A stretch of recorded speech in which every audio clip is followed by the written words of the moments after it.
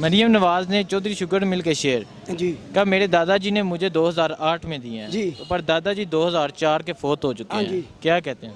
फिर वो तो दादे ने दी नहीं ना, जब दादा पहले फौत हो गया है, शुगर मिल बाद में मिली तो दादा ने किसे दे?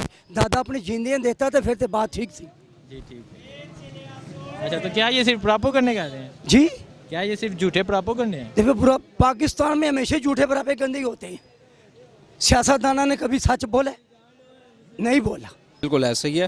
पहले तो इनसे ये पूछा गया कि भाई जब 2014 की बात है आई थिंक सो कि 2013 की सॉरी बात है इलेक्शन के दिनों में, तो इनका कहना ये था कि इंग्लैंड तो क्या मेरी तो पाकिस्तान में भी कोई प्रॉपर्टी नहीं है, उसके बावजूद आपके सामने चौधरी शुगर मिल में इनके कितने शेयर्स आए और दादा हुजूर 2004 को ग़ालिबन फौत हुए हैं और 2008 में इनके शेयर्स आए हैं।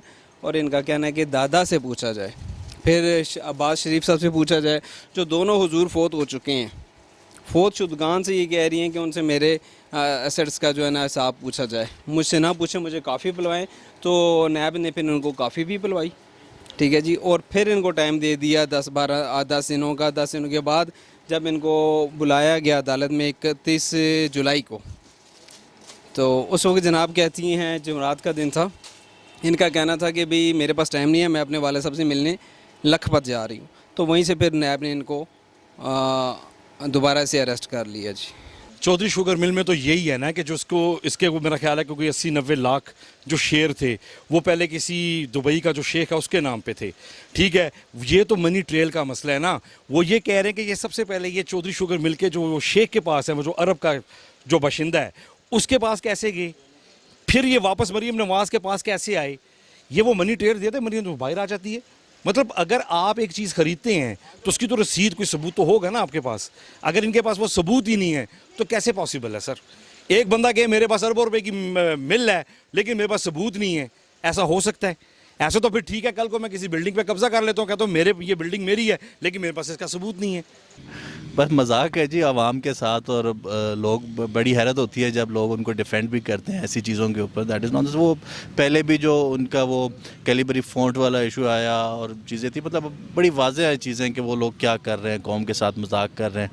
लेकिन फिर भी कुछ लोग हैं जो कहते हैं एक बारी फेर शेर, तो बस अल्लाह उनको हिदायत दे जी, हम इस पर क्या कह सकते हैं। अच्छा तो जो कहते हैं कि और फिर शेयर गलत कहते हैं।